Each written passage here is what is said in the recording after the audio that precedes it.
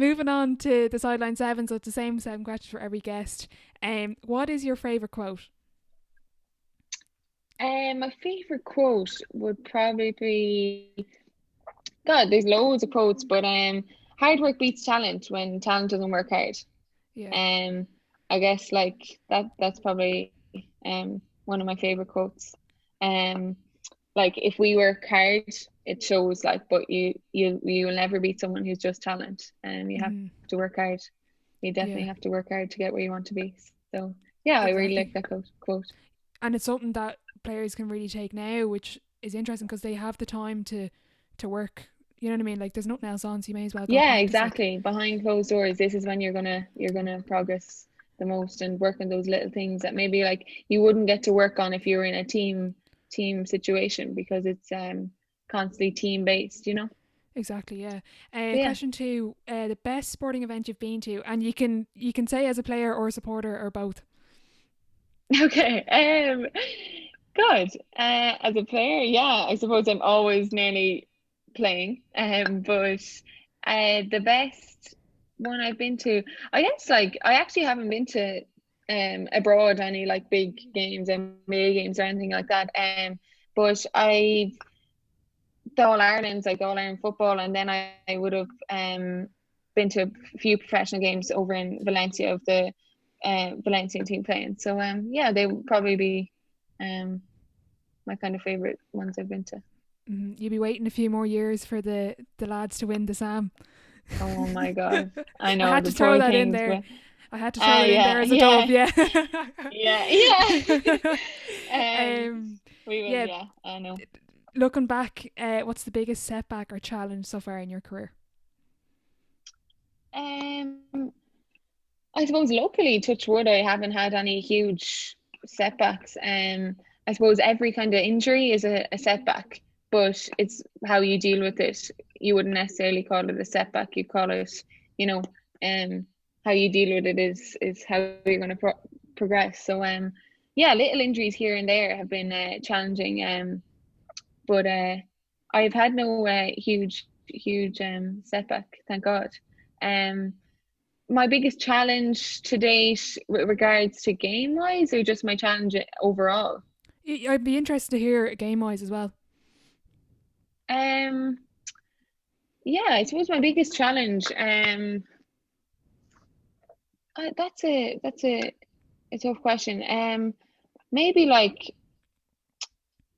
I suppose making a team is very challenging. Like, you know, you're up against the best. I suppose making that starting team with regards to football is always nerve-wracking, and you're never fully sure because you're playing with the people who are as good as you or even better Mm, than you.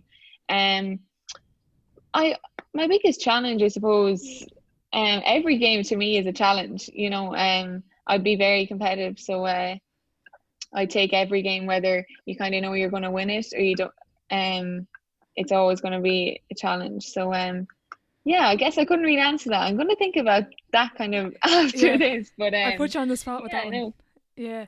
yeah, You mentioned it there. Actually, I meant to ask about kind of going from midfield to half back. How have you found that transition to the defensive side?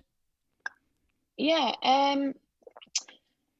I guess yeah. I found it's fine. Yeah, I like playing centre half back. I suppose it's kind of like you're playing like I played sweeper against Tyrone and then against Armagh then I was man marking um oh if her name won't come to me. I was man marking one of Armagh's players. I can't think of her name right now. Caroline Oh, Hanlon, okay. and she's actually an international a netballer. So that was Oh, kind of the yes. link that Yeah, yeah. yeah. So yeah, I was man marking her and centre half back. So yeah, I guess like it's fine. Like I don't I like the defensive side of things. You've more responsibility though.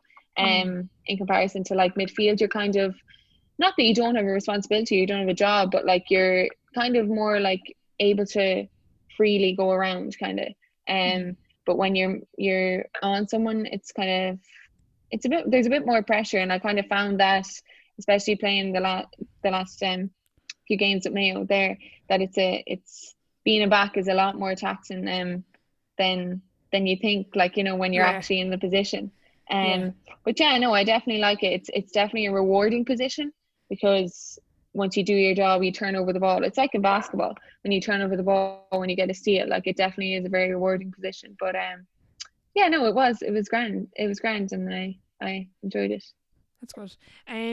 Then kind of on the flip side, then what is your biggest achievement on or off the court, or on pitch? Sorry, for you as well. My biggest achievement, I guess there's been a lot of highlights, as I've said. I suppose from a team aspect, it would be the silver medal in Dublin and the bronze. From a personal point of view, I would have won International Player of the Year in 2017-18. So that was a huge achievement, I suppose, personally. But these achievements don't come without having the team around you and the supports, like, around you. So yeah, it's not as I said, there's no I in team. So yeah, they've kind of been the team aspect of things.